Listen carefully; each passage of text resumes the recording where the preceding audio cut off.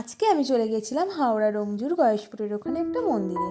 আর মন্দিরটা ছিল অনেক বড় একটা জায়গা নিয়ে। চলো এবার তোমাদেরকে একটু মন্দিরটা ঘুরে দেখাই। মন্দিরের ভেতরে ক্যামেরা অ্যালাউ ছিল, তাই আমি কিছু কিছু ভিডিও নিতে পেরেছি। আর এই যে মন্দিরটা, এই মন্দিরের সামনে রয়েছে মা। কিন্তু আমরা দরজা খোলা পাইনি, কেননা বিকেলবেলার টাইমে গেছিলাম। বিকেলবেলা কখনোই দরজাটা খোলা থাকে না, সন্ধ্যাবেলা পুজো হয় আর সকালবেলা পুজো হয়। তাই আমরা বাইরে দিয়ে মাকে দেখলাম আর নমস্কার করে নিলাম। এবার চলো আরও চারপাশটা ঘুরে দেখি।